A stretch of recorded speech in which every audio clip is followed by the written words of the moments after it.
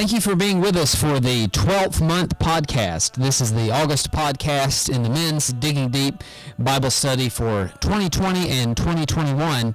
It's hard for me to believe that we're already to the end of our study and that we've already studied each of these commandments, and obviously we could say a lot more about each one of them, but we're glad that we've been able to do a rounded study where we've had some time at least to consider each of these. I want to remind everyone that our podcasts are always available on Google Podcasts and Apple Podcasts, Spotify, and also the videos on our YouTube channel. The podcast is available for download there, including past year's podcasts. Just go to youtube.com and search Men's Digging Deep Bible Study, and you'll find all of those. We want to give thanks to Ben Gisselbaugh for his participation in our podcast this year. He couldn't be with us today, but he has been very helpful during the past 2 years of our study. And we have a new study that begins September 1st. I wanted to make that announcement. It's already been posted on Facebook, so you're probably aware of it already. But beginning on September 1st, we begin the new year's worth of studies, and they have to do with Jesus' conversations with his disciples leading up to the cross, and these are mainly in the passage of Scripture from John 14 through 16 called the Consolatory Discourse, but it even stretches beyond that passage through to the point where Jesus says some things on the cross itself at the end of the study. And so the theme is the hour has come, conversations leading up to the cross with Jesus' disciples and others. And our co-host for the podcast next year, and also the co-author of the Digging Guides, is going to be Wesley Hazel, the preacher at the Forest Park congregation in Valdosta, Georgia. And he's a good friend and a faithful gospel preacher, and we look forward to having him join us for these studies. And if you know Wesley, then you'll be eager to hear his conversations on these topics as well. So please look forward to next year and download the new quarter's worth of study. You know, we release the study notes quarterly, so download the next quarter's worth of material beginning September 1st. It may be up prior to that day, but at least by September 1st, you should be able to download those materials from calebcolley.com/digging deep.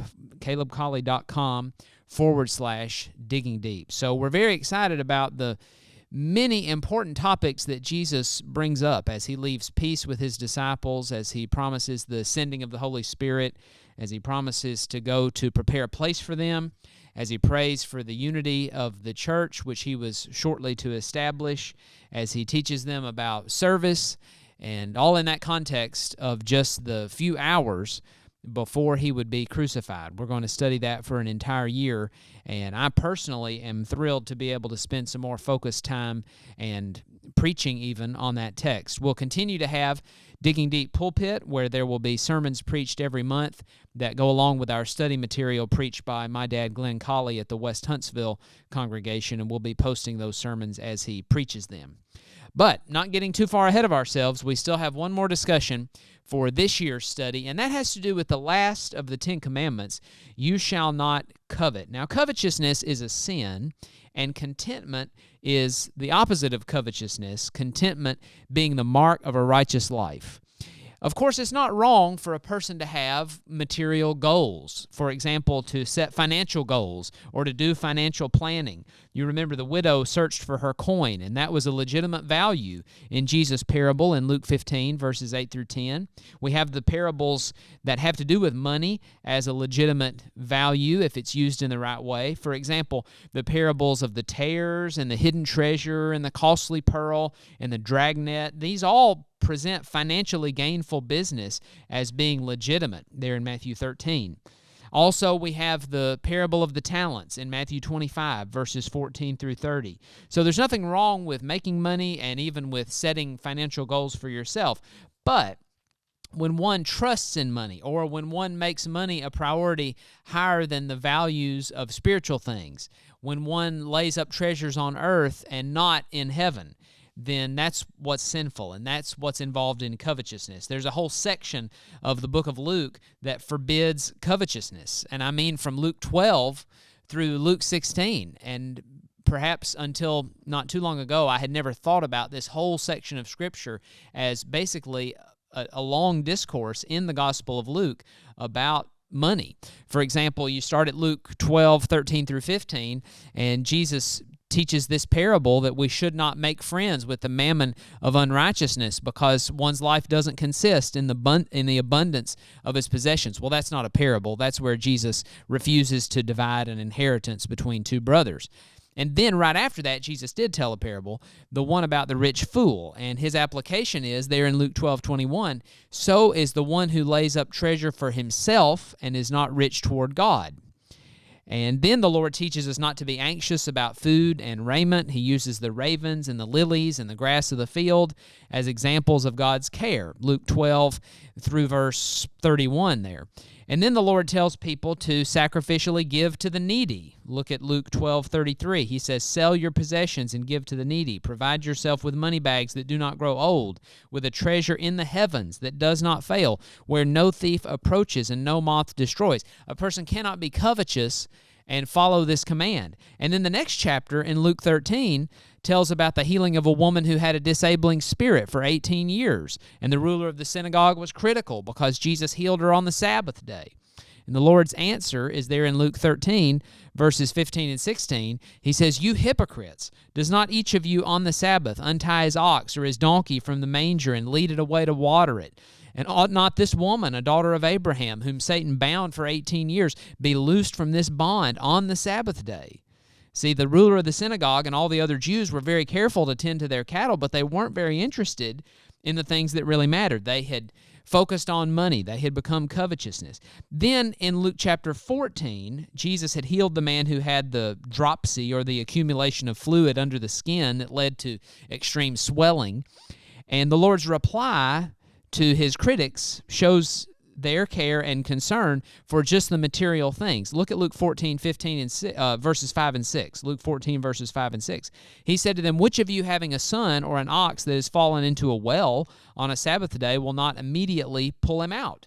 And they couldn't reply to his response there, showing that they were covetous. They were focused just on material wealth and not on spiritual things. And that brings us to Luke 15, where Jesus is criticized for eating with the publicans and the sinners, and he gives three parables, the lost sheep, the lost coin, and the prodigal son. And the lesson, of course, is that the people were more interested in their sheep and their money than they were in the lost people of the world. And then there's this parable of the unjust steward, which has often been taken to teach the shrewdness of people in the world, as if the Christians need to learn a lesson about how to have practical wisdom, to make things work out for the best, to be more wise as serpents and harmless as doves. But it seems to me that in the context, Jesus is speaking ironically about the mammon of unrighteousness, and he's saying you cannot depend on riches to save you. And he's saying, be on guard for covetousness. And so I think in the context, the parable of the unjust steward in Luke 16 has Jesus speaking in a sarcastic or ironical way, where he's saying, you don't think you can trust in riches to save you. And that fits right along with what Luke's been saying the whole time. That is a New Testament backdrop to this Old Testament command in Exodus 20:17. You shall not covet. I bring all that up from the New Testament to say that it's always been the case that God expected his people to be thankful for the blessings that he gave and to be stewards of the blessings that he gave, but never to rely on them for salvation or never to rely on them for ultimate satisfaction.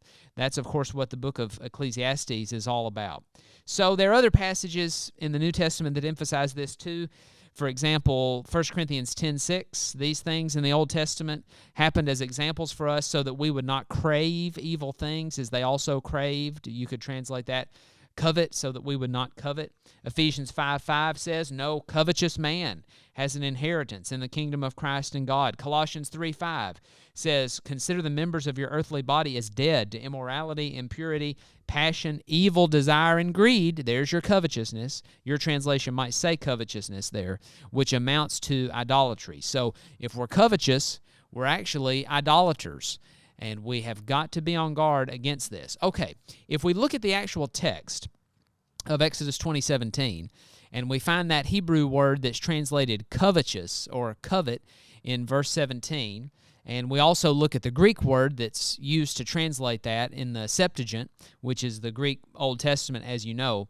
We are looking at two words. We're looking at the Hebrew word on the one hand in the original text of Exodus, And then we're looking at the Greek word epithumeo, which it means to have a strong desire to do or secure something. It refers to a longing or a desire. Looking at the Hebrew word, it means that word translated to covet, it means to desire passionately or in a hurtful way, at least in the case where it's used negatively. With both of these words, there is a negative connotation that is sometimes in place, and then there's a positive connotation that's in place at other times. What we have to do is let the context speak for itself and determine whether we should take the word in a negative sense or an affirmative or positive sense. Psalm 19:10 says, "They are more desirable than gold, yes, than much fine gold," referring to the judgments of the Lord, "sweeter also than the honey and the drippings of your honeycomb." So the word desirable is a word that is that same Greek word that's translated covet. It's a cognate of it. So here's a positive sense. You shall not covet, but you should desire the judgments of the Lord because they are righteous and they're more valuable than the drippings of the honeycomb. So we have to allow the context to determine it. And the same thing happens with the Greek word. It's not necessarily bad to do what that Greek verb epithumeo, that word for desire or that word for longing, not necessarily bad to have that if we do it in a godly way. Luke 15:16. Here's this prodigal son who's in the pig pen, and it says he would gladly have filled his stomach with the pods that the swine were eating. That's not referring to a sinful attitude. It's just longing from hunger. Luke 16:21, and longing to be fed with the crumbs which were falling from the rich man's table. There's the rich man and Lazarus, and he's not doing anything wrong by wanting those crumbs. It's just his hunger. And then Jesus had this attitude himself in Luke 22:15. It says, "I have earnestly desired to eat this Passover with you before I suffer." Clearly, Jesus had this epithumeo desire, which is what's used, again, in the Septuagint to translate covet in Exodus 20:17. Jesus had this desire, but it wasn't a sinful thing. Also, did you know elders are required, this is one of their qualifications, elders are required to have epithumeo. It says there, it is a fine work, if somebody desires the eldership, it is a fine work he desires to do. Well, that word is your epithumeo. And 1 Peter 1:12, things into which angels long to look. When the angels were desiring to know things about the fulfillment of Old Testament prophecy in the New Testament age, they had a desire to look into that. It wasn't a sinful thing, but it is that same verb. So context will show you. Here are some passages where epithumeo is a bad desire. Matthew 5:28. But I say to you, everyone who looks on a woman with lust for her has already committed adultery with her in his heart. Okay, remember one of the specific things that's condemned in Exodus 20 as a target for covetousness is one's neighbor's wife, and that would fit right along with Matthew 5:28. Romans 13:8-11 is a similar passage where the commandment from the Old Testament is brought up in a list of these commandments, and then Paul summarizes those by saying, you shall love your neighbor as yourself. Acts 20:33, Paul says, I have coveted no one's silver or gold or clothes. So here's a case where Paul says, if I had had this kind of desire, it would have been bad, would have been a sin. 1 Corinthians 10:6, I mentioned that passage already. These things happened as examples so that we would not crave evil things. James 4:2, you lust and do not have. So here's the sin of covetousness. I think we can see both from the Hebrew word in the Old Testament and the Greek word in the New Testament that there is a sin we must avoid, and that is covetousness, because really it reflects on God. When we think about the covetous heart, it's an unsatisfied heart. It cannot be content with what God has given. You remember Philippians 4:11 is where Paul said he had learned to be content in whatever state he was because of Christ. Verse 13 there says, I can do all things through Christ who strengthens me. And although that verse gets applied to all sorts of things, in the context, what Paul is talking about is, I have learned to be in difficult circumstances and be content, and fine, easygoing circumstances. When life seems to be going well, I can be content in either circumstance because of Christ. I see the bigger picture. That's meekness, seeing this cause of promoting Christianity that is so significant that it just outstrips my desire to get whatever fineries I want for myself or make life easy for myself. There's this bigger goal, and I can be content in pursuing that goal and making that my life's project, even though some things about life may be going in a difficult way. I think the notes are very helpful when we get to letter B under point 1, which is, let's see, it's right around the end of the second page of your notes. And I believe Ben wrote this part about where he says you can connect this command not to covet with a variety of the other commandments. And he challenges us to think about how covetousness would lead someone to break not just the 10th commandment, but the other commandments. For example, what about bearing false witness? If a person is covetous, that could lead him to steal. That would be breaking one of the commandments, obviously. But then it could also lead you to bear false witness, because typically if you steal something, then you're going to want to lie whenever anyone begins to suspect that you have stolen the thing that you really did steal. So a person could break 3 of the commandments very quickly. He could covet something, which leads him to steal something of his neighbor's. And then when somebody begins to suspect he did it, he's going to lie in order to cover it up. So he's bearing false witness about his stealing, which is a result of his covetousness. Also, covetousness, if left unchecked, would necessarily lead to murder in many cases, because if a person tries to prevent you from taking what he has, then the only way to get it is going to be to do physical harm to him. And if he puts up enough of a fight, murder will be the result, because someone is protecting his own property. But covetousness, when unchecked, will lead to not only theft, but in many cases, murder. So we have to resolve in our hearts that we are going to be content with such things as we have. 1 Timothy chapter 6 and verse 6. So let's think about this commandment a little more, and I've already indicated we've got to focus on the heart. This is one of those commands that is so focused on the heart as the primary objective. Thou shalt not steal has an import for the heart. There's something we need to consider about the heart, but really it's the idea of covetousness, because the coveting will lead us to steal. All of the commands can be fulfilled when persons have the right heart. But this command deals primarily or specifically with the heart. And Jesus explained in Mark chapter 7 and verse 14, there's nothing outside the man which can defile him if it goes into him, but the things which proceed out of the man are the things that defile the man. So if a person has this evil desire in his heart, then that's going to show itself in the things he does, and that will lead him to break a variety of commandments. And it would be very hard for a person to deny that he had ever coveted, because we all have desires, and surely at some point in our lives that's led us to think about that we envy somebody else, we wish him harm so that we could have something that he has, or we wish that he had not gotten what he deserved so that we could have what we think ought to have been given to us to begin with, or he's just got something that we admire, so we have a negative attitude toward him, and if we had an opportunity to take it from him, then we might do that.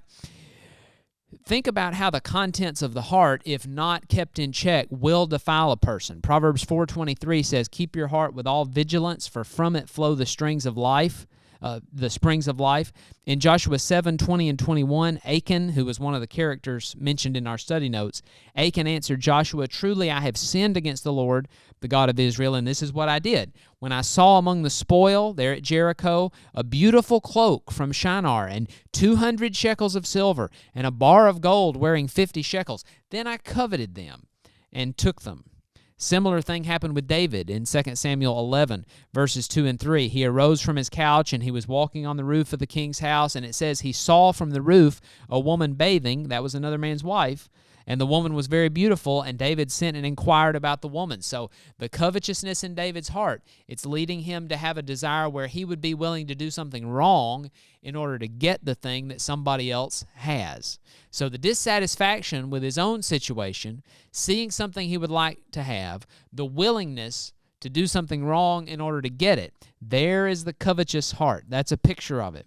In Matthew 12:34 and 35, Jesus talks about the overflow of the heart. He said to the Pharisees, "You brood of vipers, how can you speak good when you are evil? For out of the abundance of the heart, the mouth speaks. The good person out of his good treasure brings forth good, and the evil person out of his evil treasure brings forth evil. So that superabundance of the heart. And that word treasure in the passage, interestingly, is the word from which we get our word thesaurus, which refers to a reservoir or a storehouse or a chest. And sometimes people who work with computers will say garbage in, garbage out. And that applies to human beings as well. If what we have in our hearts is garbage, then the garbage is going to come out. So this 10th commandment is convicting. It convicted the young man in Matthew 19, verses 18 through 19 and following, where he says, I've kept these commandments. But the covetousness commandment was the one that he hadn't really kept. He wasn't keeping it in his heart. It's not one of the ones that Jesus mentioned when Jesus listed the commands. Jesus listed, you shall not commit murder, you shall not commit adultery, you shall not steal, you shall not bear false witness, honor your father and mother, and you shall love your neighbor as yourself. And the rich young ruler said, well, I've kept all those. But the one he hadn't kept was the one we're studying today, the covetousness, because he could not turn loose of his possessions when Jesus asked him to do it. Jesus, of course, wasn't requiring that everybody sell all their possessions at all times. Then the church wouldn't have the resources to address the needs of other people. As Paul would later explain in Ephesians 4, we've got to work diligently with our hands so that we'll have something to share with others in time of need. So the command is not the universal requirement that everybody sell all their possessions, but rather what Jesus is saying is, here's the command that you haven't learned to keep, and I'm going to challenge you to keep it right now. Dispense with your covetousness. Do the right thing. And he was unwilling to do it. That was the command he could not keep. And that may well be a command that's challenging for us to keep.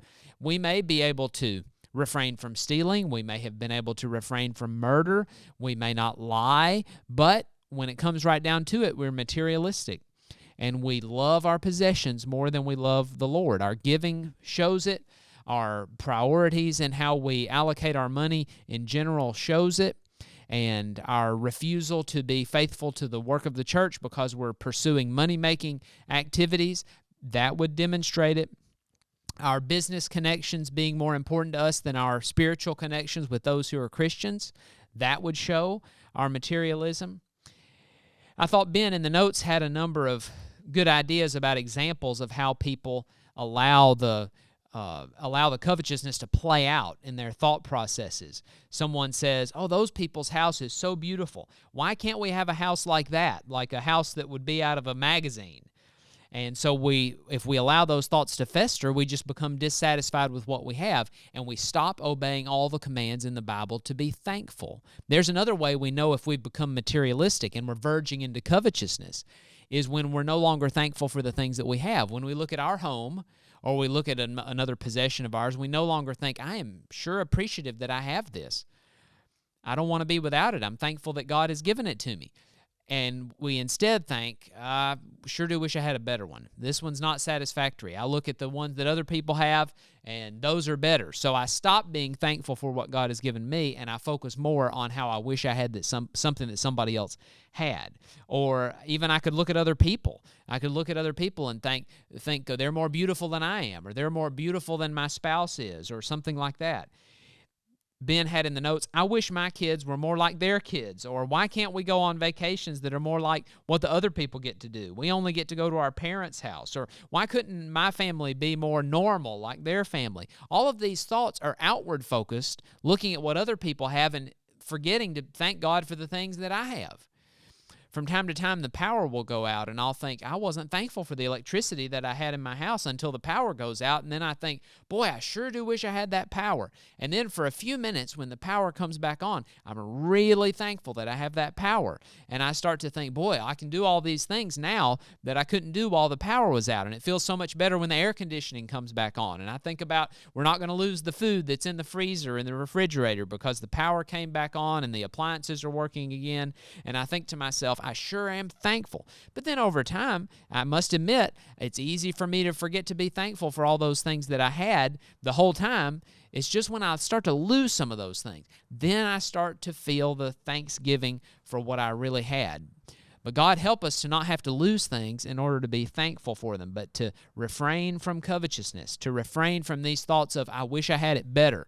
because when I begin to think that way, I forget to thank God and I'm dissatisfied with God. And ultimately, I'm going to be like Job was at times, where I accuse God of doing poorly for me, where my covetousness leads me to accuse God. That's really what covetousness is at its root, is the allegation against God that he should have done better for me than what he did.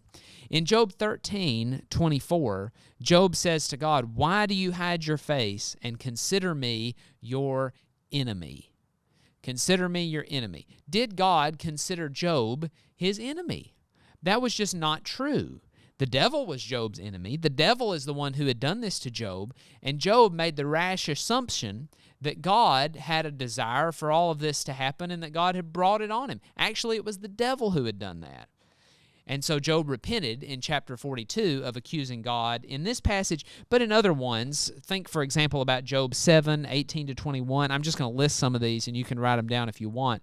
Job 7:18-21, Job 10:1-22, Job 13:13-28, Job 16:6-22, Job 31:1-40, Job 42:1-6 is where he repents of this.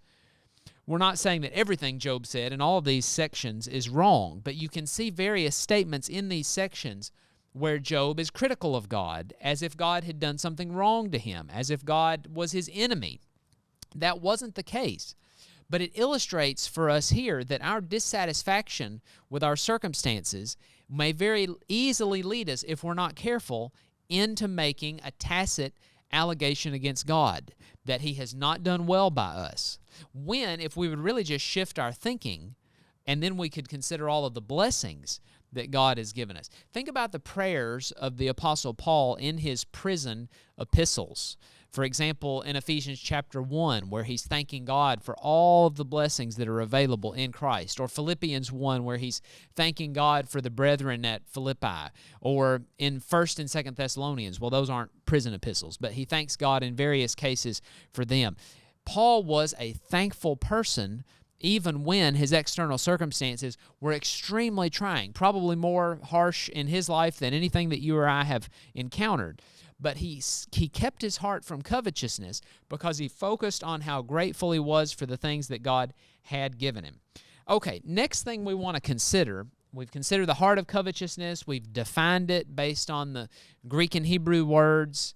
I'd like for us to look at some related words. This is the next part of the study where it's labeled the context of the command under Roman numeral 3. There are a variety of words in the Bible that share a field of meaning. They're very similar words, almost synonymous to the words that are translated covet in Exodus 20 and verse 17. One is this Hebrew word awa, which it means a craving or a desire.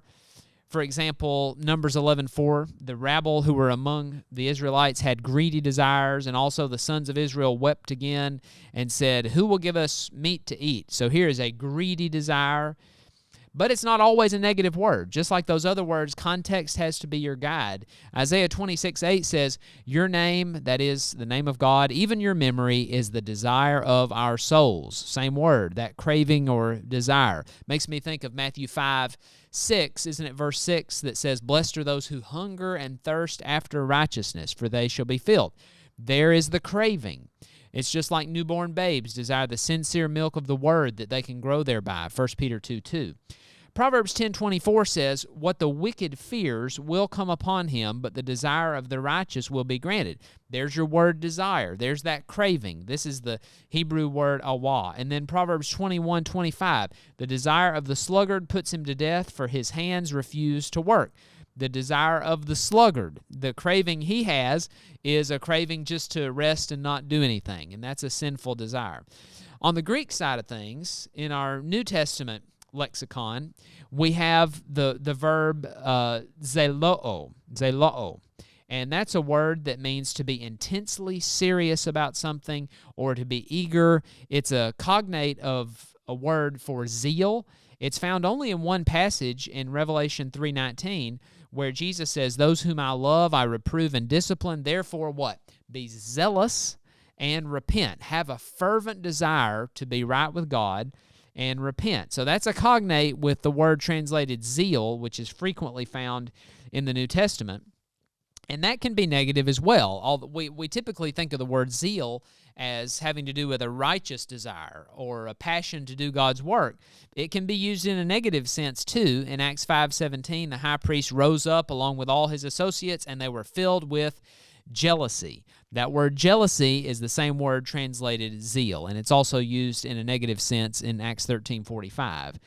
And then we have another Greek word, Pleonectase, and that is a word, it's a noun. It refers to one who desires to have more than is due. And this word is purely negative in the Bible. I'll give you the references, 1 Corinthians 5:10 and 11. And that's where Paul says, don't have company with a covetous person who is a member of the church. If a member of the church is persistently covetous and will not respond to people who make appeals to him, he is to be withdrawn from. And 1 Corinthians 6 and verse 10 uses the word negatively as well about those who cannot inherit the kingdom of God. Ephesians 5:5 says, no covetous man has an inheritance in the kingdom of Christ. So those are the four verses, 1 Corinthians 5:10 and 11, 1 Corinthians 6:10, and Ephesians 5:5. That's the Pleonectase word, or Pleonectase, I should say. And then there's the word philargorrhea, and that's the love of money or the avarice or the miserliness, and it's only used in 1 Timothy 6 and verse 10, where we read that the love of money is the root of all evil. So this word is particularly about money, and the word, if you break it down, it's a compound word that just means the love of gold or the love of money. And so it's used once in the New Testament and is purely negative. So I think what we can see as we look at this variety of words is that God is making a very clear and persistent call for us to not fall into the love of material goods, and particularly money. We've seen some examples of some people. I thought about Achan and David and Judas, as the digging guide told us to do. It also asks us to think of a couple of more cases of avarice or greed or the breaking of the command, you shall not covet. One I considered was Simon the Sorcerer, who in Acts chapter 8, you remember, tried to buy the apostolic gift of bestowing the Holy Spirit upon people with money. And so he saw money as his solution, whereas a right relationship with God was really the solution to all his problems, and he already had that, but he desired something more. That's the heart of covetousness, is to say that I've got a relationship with God. I see what that has to offer. Either I have taken advantage of it or I have not. Maybe I have, as in Simon's case. I've already become a Christian, but I'm not satisfied with that. I need something in addition to the blessings that God has seen fit to give me and my right relationship with God. I need to make my first passion, my first desire, some kind of other achievement. I've got to look somewhere else for satisfaction. And the Jews who did not get what they wanted because they asked for selfish motives, and I'm thinking Jewish Christians in particular, but by extension, and maybe this is what James had in mind in James 1 when he talks about the 12 tribes who are scattered abroad, maybe referring to all Christians generally. But in James 4, verses 2 and 3, they had asked in their prayers for selfish motives, that they could spend it on their desires, and God did not answer their prayers in giving them what they desired because they prayed amiss. Okay, let's think about the comprehensiveness of the command. The notes say the last of the 10 commandments, you shall not covet, emphasizes that God's law does not concern itself with our actions alone. Our thoughts, feelings, inclinations, matters of the heart matter to God. And the question is, do we break the 10th commandment anytime we break any of the first 9 commandments? It seems to me that that is true in a sense. Let's just pick one of the commandments. If I treat God's name as being unworthy or unholy, for example, the third commandment says, do not take the name of the Lord your God in vain. Do not treat the name of God as being something light or insignificant. Don't use it as an exclamation, certainly, but don't wear the name of God in a light way where you feel as though the wearing of Christ's name or God's name has no practical implication for how you live. If you're a Christian, you can still just live however you want. Don't treat wearing the name of God, carrying the name of God with you as being insignificant. If I do that, then what it's really showing is that I have some desire for something that's beyond just being a child of God. I've got to do more than that. Or I may think of the Jews in this context, the Judaizing teachers in the book of Galatians and the book of Acts, who were saying you've got to have something else in addition to Christianity. You cannot merely have Christ. You've got to practice Judaism as a sort of gateway in order to get into Christ. That was certainly false, but that's the attitude. I've got to have something else in addition to Christianity. I can't just be a Christian. I need something more. And in a sense, that would be what someone's doing anytime he breaks one of those first 9 commandments, or what he would have been doing in the age of the Israelites, in the age of the law of Moses, and similarly what someone would be doing in the Christian age when he presses beyond. Remember, 2 John 9 says, if you do not abide in the doctrine of Christ, you don't have God. So I may have a desire to achieve something, or a desire to attain something, or a desire to believe something that's outside of the doctrine of Christ, and that would be covetousness in some sense. And then there are some solutions listed at the end of our study. It seems to me that the book that most directly speaks to the solution for covetousness is Ecclesiastes, because we have Solomon, who I believe is the preacher of the book of Ecclesiastes, who tries to find satisfaction for his desires in a variety of areas other than his relationship with God. He looks to academic accomplishments or wisdom. He looks to the piling up of material goods and creature comforts. If we're thinking about the life of Solomon, we also have to include all of the women that he married. So he had at his disposal the ability to satisfy practically any desire he had. If anybody has ever had carte blanche in terms of his abilities to go out and pursue whatever desires he had, it seems that Solomon was in that position. And yet all of that was continually vanity for him. He recognized that that did not satisfy. For example, in Ecclesiastes 1:8, Solomon wrote, "The eye is not satisfied with seeing, nor is the ear filled with hearing." So you may see a lot of things and have a lot of opportunities, but you're never going to be ultimately satisfied with that if you don't have God. There's that phrase, under the sun, that continues to surface in Ecclesiastes as a reminder that Solomon is talking about how to achieve all personal satisfaction, contentment in life without God, under the sun. And the conclusion is, it's impossible. The conclusion is, fear God and keep His commandments, because this is the whole of man, Solomon says. Godliness is great gain when it's accompanied with contentment. 1 Timothy chapter 6 and verse 6. There's your great gain.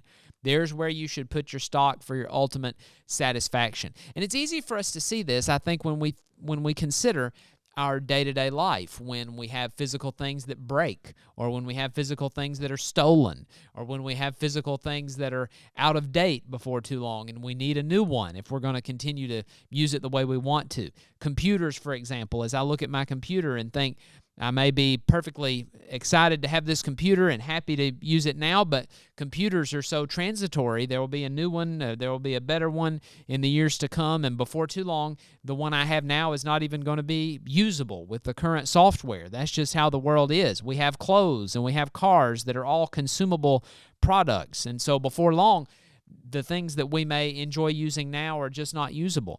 We may have investments that in the end don't give us any return because of the variation in the stock market or whatever the case may be. All of these things are fleeting, and we cannot rely on this world's goods to ultimately satisfy, because they are all, in the end, transitory. Even if you have something that lasts for generations, the world itself is passing away and is going to be destroyed.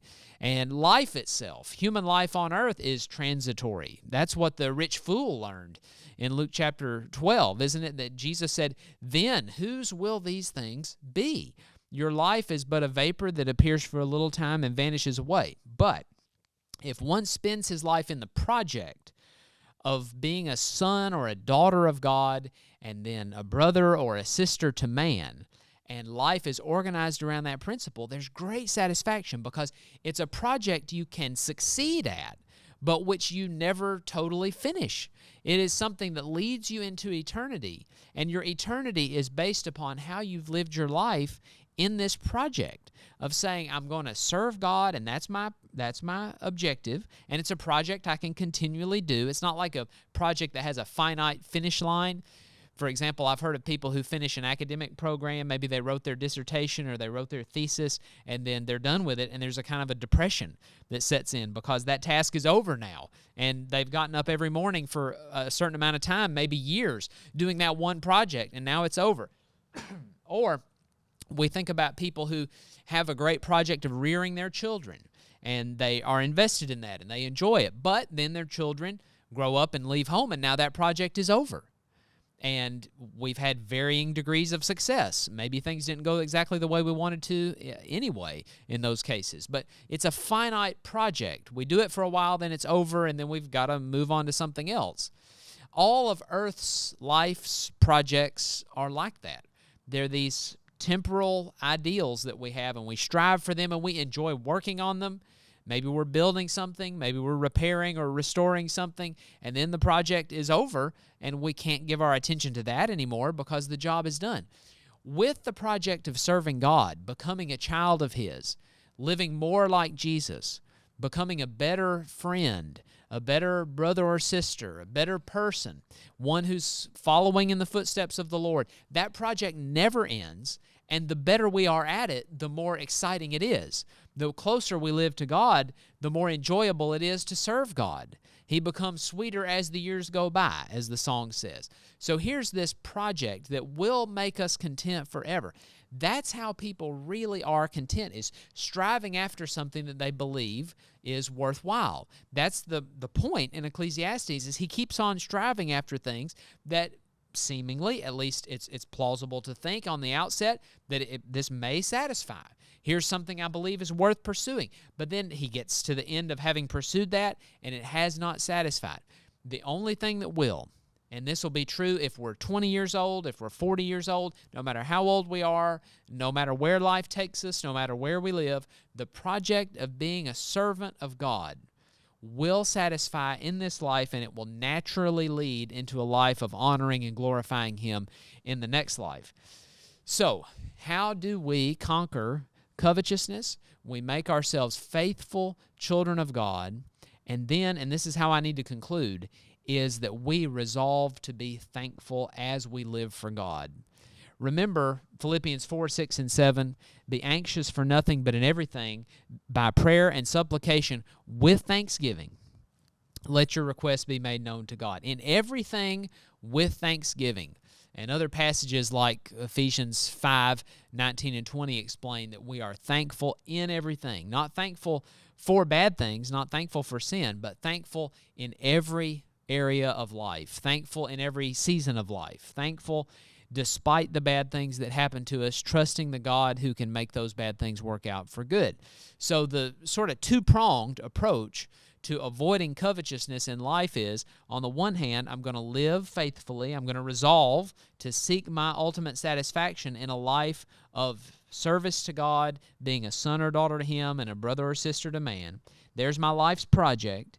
And then on the other hand, I'm going to resolve to be thankful as I live. And if I will do those two things, if I will make it my habit, make it my daily practice to express to God how thankful I am for what He's done, and if I will follow faithfully the commands of God that apply to me and serve to love Him and to love others and to show that in Christian ways, then I will not be covetous. I will just be satisfied. I will just be content. And isn't that the goal that each of us has really deep down, is that we want to be content and satisfied and ultimately happy in this life and in the next life. So much more we could say about that, and so much more we could say about the Ten Commandments. But I appreciate the contribution that each of you has made, whether on the Facebook group or whether making your own personal notes or perhaps in a group at your congregation, involving yourself in the Digging Deep study. Remember, the purpose of Digging Deep is not that I provide answers for you or that we preach to you, but rather that you find the answers in the Bible for yourself. And then we get together on our group and through the podcast and think about those answers that we separately have had or in our various groups have found together as we dig for ourselves in the Scriptures. Remember, next year's study on The Hour Has Come, Conversations Leading Up to the Cross. As we shoot this podcast, we are just days away from posting the first quarter's worth of material, and that will all be available at calebcolley.com/digging deep. I hope you'll participate with us. Think about contributions you can make to the study. Pursue all of the prompts. Go through a whole month of study. Break that study down into small bits so that you can do a little bit of it each day. And by the end of the month, you will have studied a great deal about whatever the particular subject is for that month. Thank you for being with us, and we will look forward to seeing you in the September 2021 podcast with our new study, The Hour Has Come.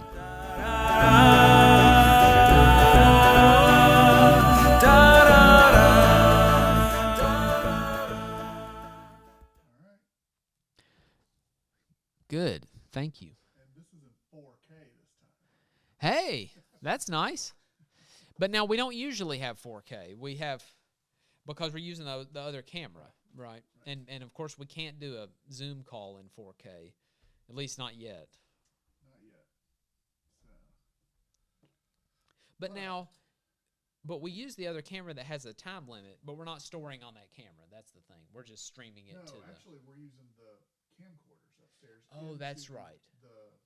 That system. That's right. Okay. I mean, ultimately, what would be ideal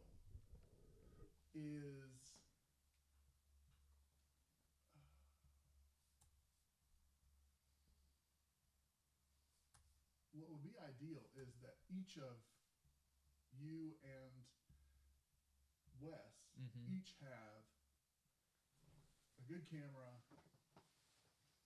a good podcasting mic, lighting. Same setup. Yeah, in each location. That would be the ideal situation, because then I could get his voice captured, I can get your voice captured. Make it sound the same. Yeah.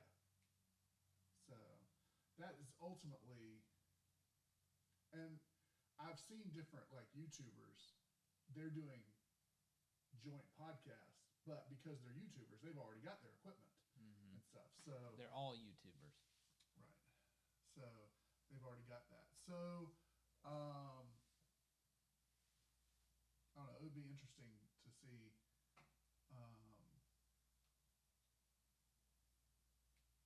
because then I could put each video head in its own frame rather than switching live between, because the one thing that I can't do with the Sling Studio is I don't have the ability to zoom into the recorded frame. So because Zoom has a header and footer. I would love just to be able to pinch zoom those headers and footers out and it just look like a blank regular shot, rather than having all the zoom information at the bottom and top and all that stuff. Oh, yeah, you can't, it's always there, isn't it? Right. So, anyway, that's... Well, to do that, we'd have to not use Zoom. I guess, because well, I mean, you'd still have to have communication to have the conversation. Right. I'm just saying you'd have to have some other way to do that. Right. And FaceTime hasn't really worked well for us. That's why we switched to Zoom, right? Well, I mean, you could do FaceTime. For example, you could put an AirPod in your ear. I think, what would be the best way to do this? I see him do interviews with people with AirPods, all the time. Yeah. I'm trying to think of, well, let me show you. Okay.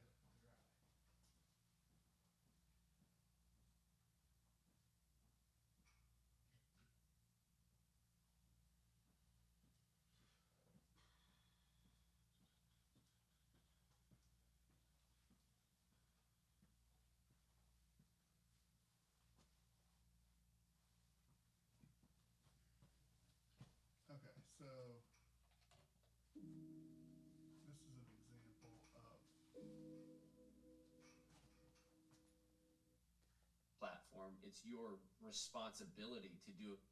In fact, I would love if the boxes were just, like I said, recycled So stuff, and I'd be like, those ooh, guys are in nice different recycled box, locations. you know, good choice, and then you throw it. It's paper out of Box. plastic. Just Yeah. stop making Yeah. it out of plastic. Together. Just It's- make And it it out of doesn't paper. have to be over Right. elaborate so that He's it's talking bigger into and more his that AirPods. it's harder to Is ship that and the everything, mic? you know, Dude, make it as you know lean. it's crazy now that I have this whole He's kind of got rounded AirPods experience in. of like manufacturing That and is not his Kickstarter and just like Oh, that's building not a his product and like Yeah, he has a mic it's that's so up much here out cheaper of to front. go Oh, with okay. foam and like or certain materials that are so petroleum based I'm are trying to just see easier if and cheaper. Gerald And has, you know it is an expense, but also there's like logistics behind it because you have to like you got to be rocked around at sea. It's delivered to Gerald, and Gerald opens it up and he's like, I can't, I hate the smell. You know, like here's a bad review just because like you went with this one packaging material that smells like glue, and then Gerald undone completely undid your entire manufacturing process, and it's like, you know what? That's why I would haven't give reviewed the Orbit. It smells too funky, and I didn't want to throw you under the bus. I would give this product 5 out of 5, but you know it smelled kind of like glue. So I give it five stink lines out of 5. Oh, jeez, and you got the stink lines and everything? I'm hopeful for the future. Like they have mushroom so packaging. they both You know, are I haven't got my equally, hands on that yet, but I've read about that. Like Have you- mushrooms? they've equally got great sound. Right. Whereas Ben's sound has always been Subpar. well, it just sounds like a telephone call. Yeah. Right. So Well,